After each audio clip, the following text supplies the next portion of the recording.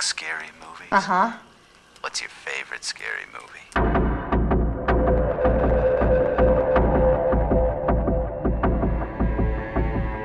Embora a primeira metade dos anos 90 tenha visto algum dos melhores filmes de terror de todos os tempos, como Silêncio dos Inocentes e Drácula de Bram Stoker, dirigido pelo Francis Ford Coppola, o gênero vinha passando por uma fase bem complicada. Era como se ele tivesse uma crise de identidade criativa. Filmes como A Família Addams, Batman: O Retorno e O Estranho Mundo de Jack traziam elementos dos filmes de terror para novos gêneros e eram super bem recebidos. Mas o que se via nas prateleiras das locadoras dedicadas ao terror em si era uma avalanche de títulos de péssima qualidade técnica e artística, que tentavam replicar as grandes bilheterias dos slashers que foram um sucesso nos anos 80. Sempre em um modelo de franquia, com um filme novo com as mesmas caras saindo praticamente a cada ano que se passava. I like that movie. It was scary. Well, the first one was, but the rest sucked. Em 1995, a gente já tinha o sexto Halloween, o sétimo Hora do Pesadelo e o nono Sexta-feira 13. E é de se esperar que nesse modelo caça-níquel, conforme a história ia sendo requentada várias e várias vezes, foi deixado de lado o esforço artístico e técnico. O público começou a se cansar de ver sempre a mesma fórmula sendo mostrada com cada vez menos qualidade e o retorno financeiro foi diminuindo. Os grandes nomes que enchiam as salas de cinema da década anterior estavam virando coisa do passado, e muitos acabaram virando filmes que iam direto para a TV ou para o VHS, com orçamento bastante reduzido. Well, hey, it's Halloween. I guess everyone's entitled to one good scare. I've had my share. Nessa época, o diretor Wes Craven já era um ícone no meio do terror, tendo vários clássicos na carreira como Quadrilha de Sádicos, Aniversário Macabro e o próprio A Hora do Pesadelo. E em 1996, pensando em desconstruir o gênero que ele mesmo vinha definindo há mais de 2 décadas, ele lançou Pânico. Hello, Sydney. Trazendo um elenco super estrelado, um roteiro inteligente, cheio de autorreferência, um vilão que caiu nas graças da galera. Yo. What's up?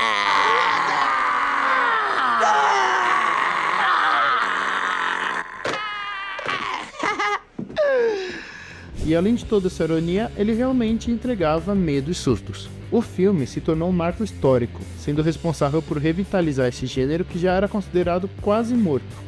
E o jeito com que o cinema de terror era feito mudou para sempre por conta dele. No, please don't kill me, Mr. Ghostface. I want to be in the sequel. Claro, depois de algum tempo, os slashers iam voltar à moda. Novas formas de se pensar e se filmar o terror foram criadas, mas nos anos 90, parece que o público só precisava de um respiro na violência desenfreada dos slashers, que vinha desde os anos 70. E nesse respiro, nós vemos uma nova forma de medo ser abordada, trocando o foco do sangue, do corpo e do físico para algo mais sutil. I see dead people. O terror de obras como Sexto Sentido, Silent Hill, Bruxa de Blair e O Chamado não vem principalmente de violência explícita ou jumpscare, mas sim da ambientação, da sugestão do perigo do desconhecido, em forma de lugares abandonados, tradições e rituais esquecidos, florestas amaldiçoadas e um pavor mental completamente tomado por uma profunda melancolia, que refletia a incerteza e medo que acompanhavam o fim do milênio cada vez mais próximo. I'm scared to close my eyes. I'm scared to open them.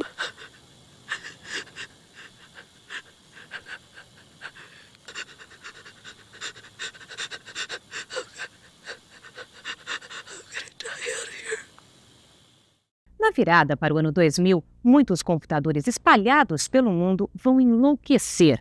Um problema que já está custando caro às empresas e governos. Uma dor de cabeça que se perde no tempo.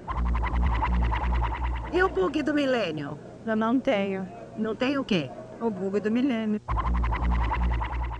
Quanto mais perto dos anos 2000, que era conhecido como futuro até então, maior era a sensação de estarmos frente a algo extremamente novo, desconhecido e principalmente catastrófico. A internet vinha se firmando cada vez mais rápido na sociedade, mais rápido que qualquer outro processo que tenha acontecido em nossa história. Os comportamentos e relações sociais que nós tínhamos foram mudados para sempre, junto com um nível de acesso à informação tão absurdo que chega a ser potencialmente infinito. Ao mesmo tempo, parecia que quanto mais nós estávamos conectados e acessíveis, maior era o sentimento de solidão e isolamento. どこにいたって人はつながっているのよ。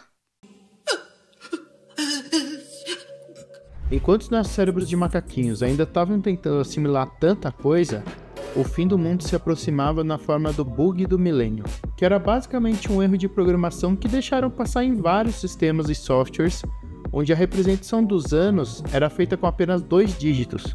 Por exemplo, para falar de 1999, você tinha 99 ao invés de 1999. Isso podia fazer com que quando os sistemas virassem para o ano 2000, que seria representado como 00, ao invés de 2000, esses sistemas interpretassem como uma virada para o ano de 1900. Ou seja, era um negócio que prometia levar a humanidade de volta à virada do século anterior, acabando com o sistema financeiro, de energia, comunicações, enfim, tudo estava perdido. Toda noite você assistia no jornal o desenvolvimento das pesquisas para mitigar os efeitos do bug, acompanhava em revistas, jornal de banca. Era um rolê para valer mesmo, foi uma preocupação global. At the stroke of midnight, January 1st, 2000, elevators may stop. Heat may vanish. Credit cards and ATMs may cease to function. Airplanes and trains may come to a halt.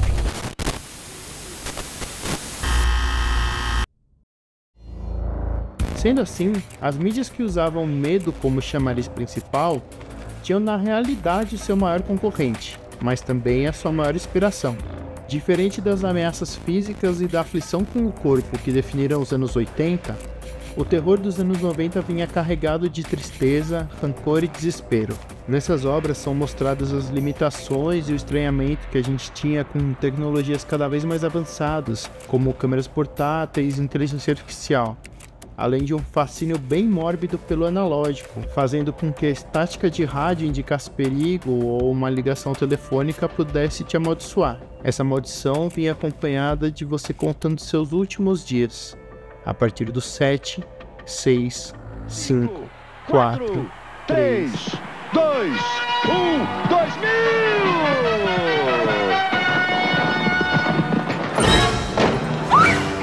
Modernidade batendo de frente com tradição. Monstros do folclore antigo contrastando com lendas urbanas.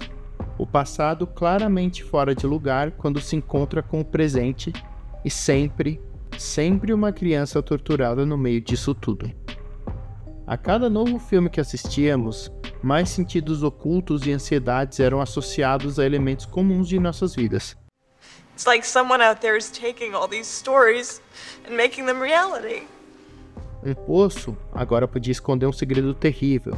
Um passeio na mata podia ser o fim da sua vida. Tudo parecia prestes a desmoronar. E ao mesmo tempo, tudo era perene, estático.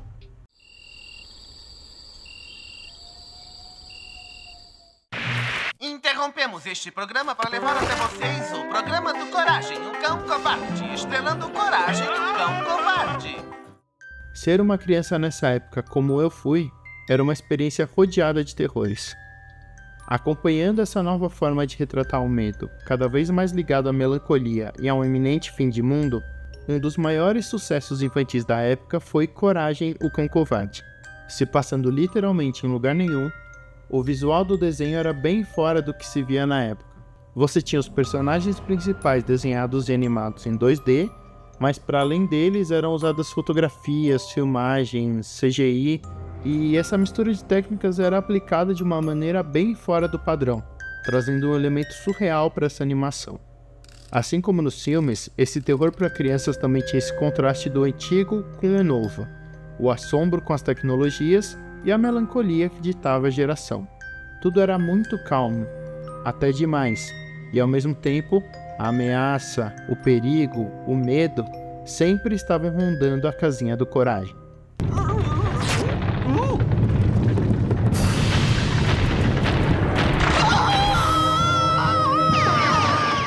Era até surpreendente ver quantas produções infantis eram centradas no medo durante os anos 90. Goosebumps se tornou a segunda franquia de livros mais vendida da história, perdendo apenas para Harry Potter. e a série de TV baseada nos livros era um sucesso assim, estrondoso. Abracadabra, Há Monstros, Jovens Bruxas, Clube do Terror e até mesmo outros programas que não eram necessariamente do gênero começaram a ter especiais de Halloween e cenas assustadoras que não eram vistas na ficção infantil das décadas anteriores. Diferente do que a gente via em Scooby-Doo, por exemplo, que já era um sucesso há mais de 20 anos, o terror infantil dessa época, assim como os filmes, era um pouco mais sutil. O próprio R.L. Stine, escritor de Goosebumps, disse que as suas histórias não eram feitas para aterrorizar as crianças. Era algo mais divertido, que te dava adrenalina, te dava susto, mas não tinham ameaças do mundo real de uma criança. Você não via divórcio, abuso, violência ou uso de drogas. Usando de alegorias e metáforas, essa onda do terror infantil dos anos 90 abordava e explicava assuntos complexos que não eram tão fáceis de se discutir abertamente com uma criança.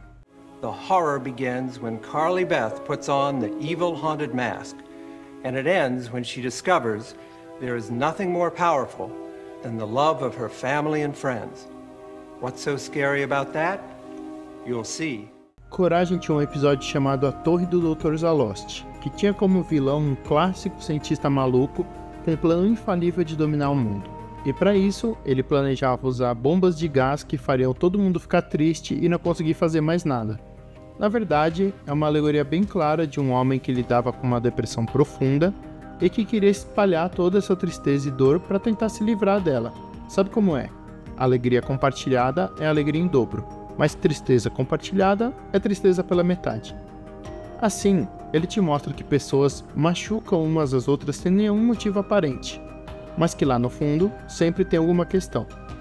São conceitos que, quando apresentados dessa forma, pensada para o público infantil, menos frontal, causam uma assimilação muito mais fácil.